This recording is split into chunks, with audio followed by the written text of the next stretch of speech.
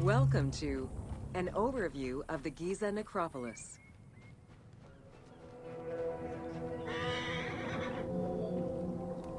The Giza Plateau is located on the west bank of the Nile and was considered by ancient Egyptians as the domain of the dead.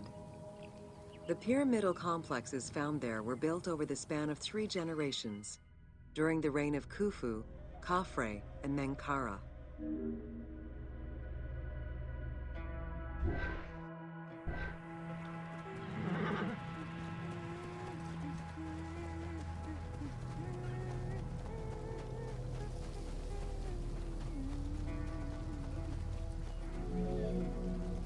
The Giza area, now famous for its 3 pyramids, is part of a wider grouping of funerary complexes.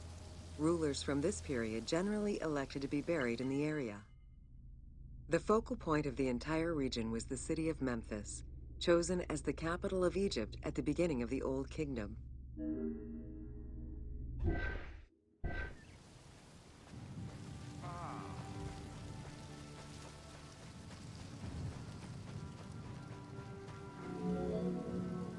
The placement of the Giza monuments, and particularly that of the pyramids, followed a practical yet strict alignment. First, they focused on cardinal points, and then they accounted for the natural geology of the plateau.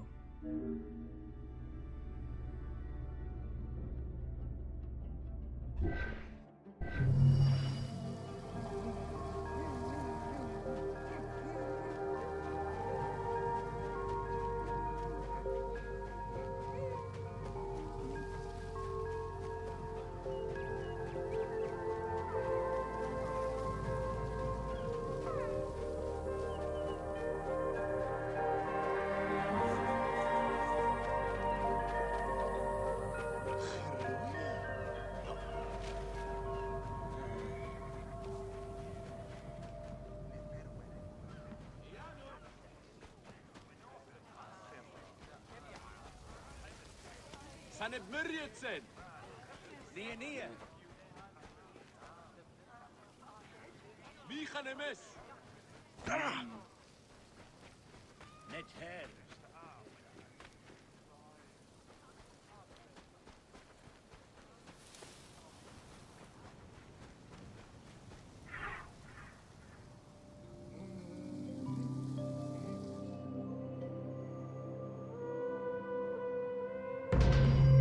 Welcome to the riddles of the Sphinx. A sphinx was originally meant to be a personification of the king. The human head, wearing pharaonic regalia, was fused with the body of a lion, thus sharing the qualities the powerful animal possessed, namely its power, the swiftness of its attack, and its majestic authority. By these very virtues, it was also considered a symbol of protection. Unsurprisingly, statues of sphinxes could be found along the dromos, protectors of the path taken by the gods to reach the temples.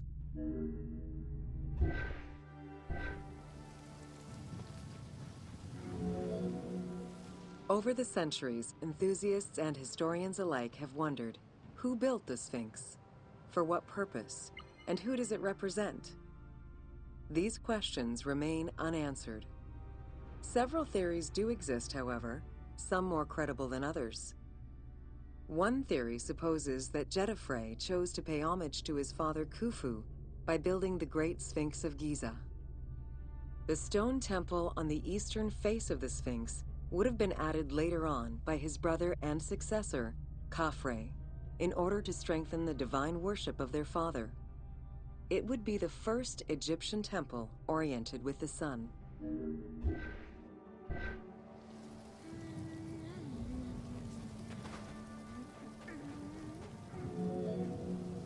Another theory suggests that the Sphinx was built by Khafre and was meant to represent him.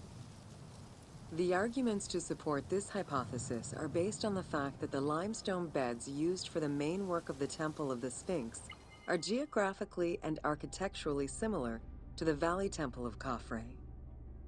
Some believe that Khufu himself built the Sphinx, which was later finished under his successors, Jetafre and Khafre. These arguments are based on the stylistics of the engraving, the typology of the nemes, and the absence of a beard at the time of construction.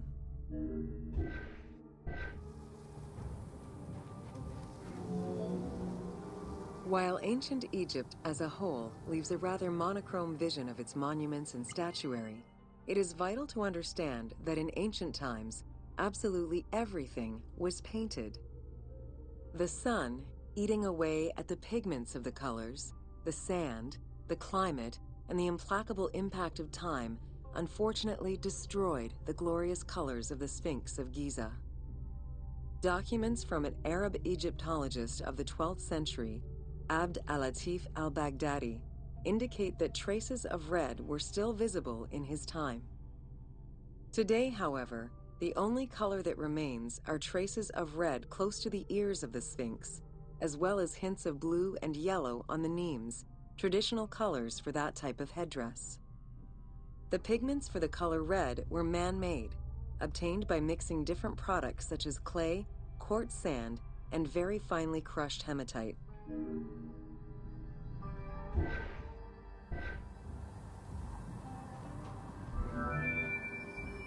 Red had a strong symbolism in ancient Egypt. It was both the color of life and the color of death. It could represent the sands of the desert or the brilliance of the sun. Red was also associated with the god Seth, vengeful and destructive. The Egyptian word for red, deshur, is also the word which was used to signify the desert, or the royal crown of Lower Egypt. In art, red was also the color used to paint the bodies of men, while yellow was used for women. It is possible that there were also color restoration efforts during the Saite period about 600 years before Cleopatra's rule, as indicated by notes on the inventory stele, discovered in 1858 by Auguste Mariette. It is because of this that the team made the decision to display it with its full range of colors, even though the Sphinx's colors would have likely faded by Cleopatra's time.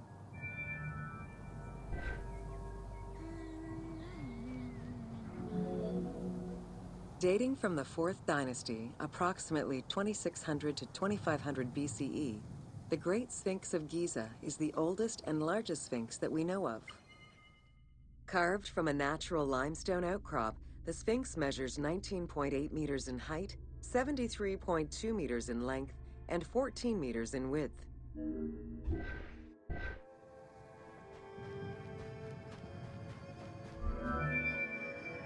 In order to bring polish to the imposing monument, several blocks of limestone were added after the initial construction phase. Since then, there have been numerous attempts at preservation. The polish present in the game integrates some aspects of modern restoration attempts. The team made this choice to present a more iconic version of the Sphinx of Giza to the player. Today, the Sphinx is called the Terrifying One.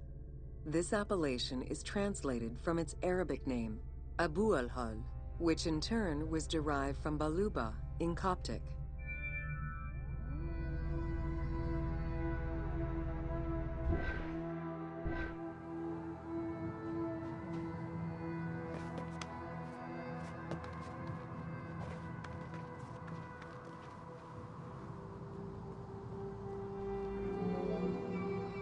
The Sphinx as a whole was carved in situ from a natural stone promontory.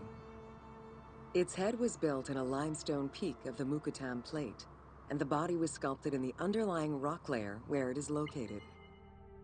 The degradation of the Sphinx is due in particular to wind erosion and the different quality of limestone used in its construction.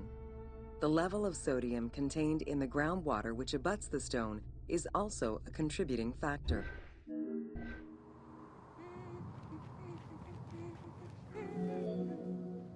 The natural bedrock is seen through the oblique natural strata of the Sphinx's body that are similar to the surrounding limestone.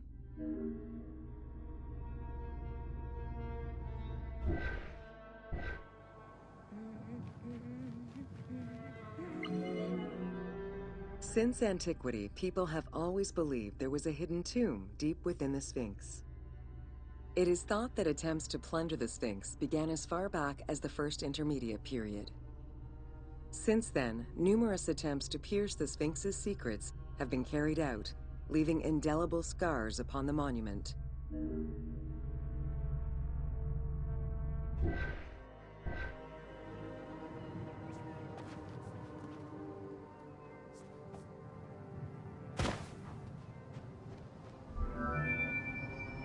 "12 meters long and cut during pharaonic times, another entrance in the back of the Sphinx aroused curiosity.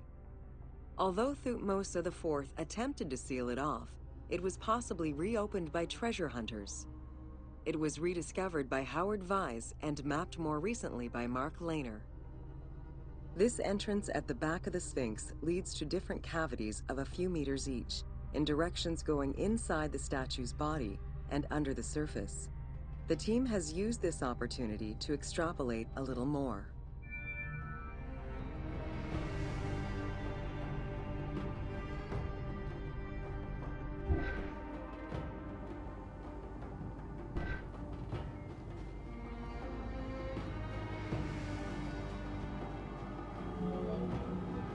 While there have been no major discoveries pertaining to the Sphinx of Giza in recent years, theories and hypotheses continue to emerge.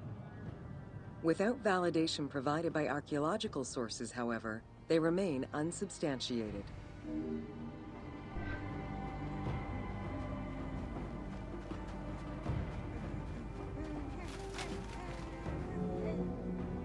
The first of the main theories as to the Sphinx of Giza's meaning posits that the Sphinx was originally a massive representation of the god Anubis. Its principal arguments are that the head of the Sphinx is disproportionate compared to the size of its body. The second theory believes that the representation of two sphinxes on the stela of Thutmose IV would indicate that another stone sphinx had existed on the site itself, possibly even in paired symmetry on the other side of the Nile. However, neither of these theories can be verified in any way.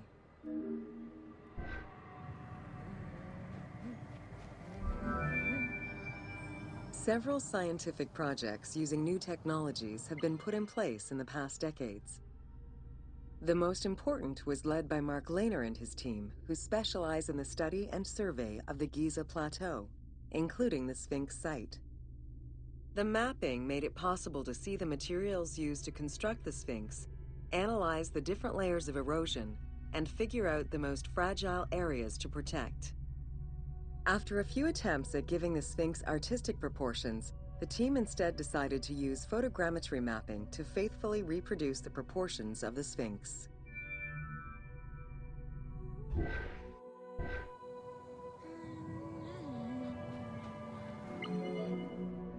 What the Sphinx of Giza represented during its construction and how the Sphinx was perceived by the Egyptians of the New Kingdom are two very different matters. Originally a representation of the king imbued with the power of the lion, the Sphinx was eventually viewed as a direct representation of the most divine. It is theorized that kings of the New Kingdom believed that the Sphinx of Giza was the one who recognized and legitimized the ruler of Egypt. Thus, despite the fact the Sphinx of Giza was partially buried under the sand during his reign, Amenhotep II knew that the monument was of great importance.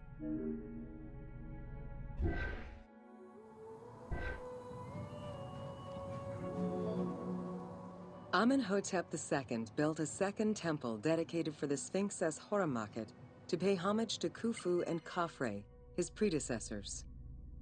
It became a common habit for this dynasty to spend time with their royal courts at the Sphinx. Its sanctuary became known as Setepet, the Chosen.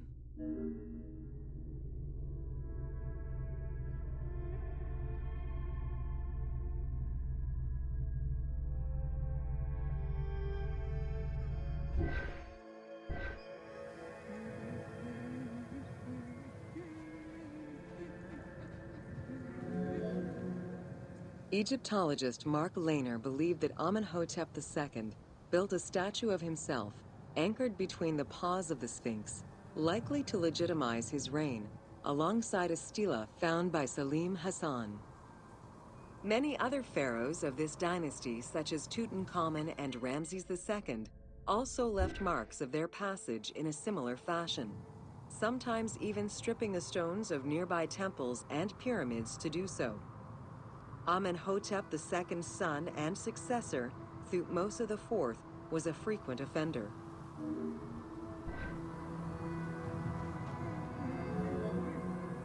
While sleeping between the Sphinx's paws, the future Thutmose IV saw in a dream the god Horamakhet proclaiming his coming accession on the throne of the two lands. This was, of course, on the condition that he remove all of the sand covering the Sphinx, which stood guard as the personification of the god, and should thus never be engulfed by the sands of the desert.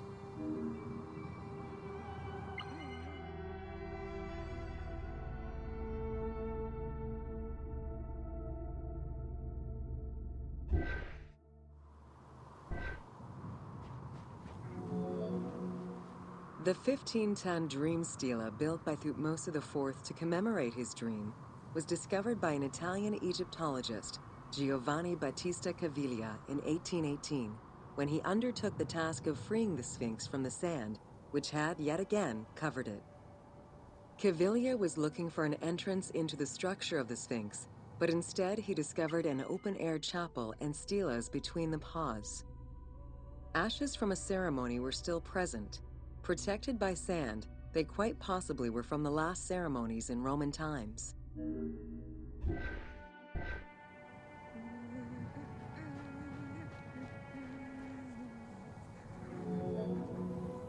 That same year, Caviglia discovered fragments of the Sphinx's beard that had probably been added during the New Kingdom.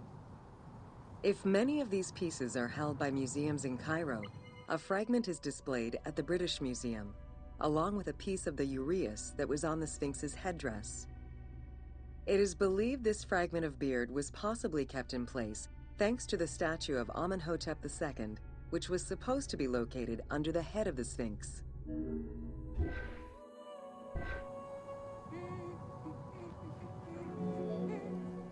A popular cultural legend purports that the nose of the Sphinx of Giza was lost during the time of Napoleon Bonaparte to the cannon fire of French soldiers in training. However, engravings from before the time of that campaign already depicted the Sphinx without a nose, indicating that it had been removed before the French campaign.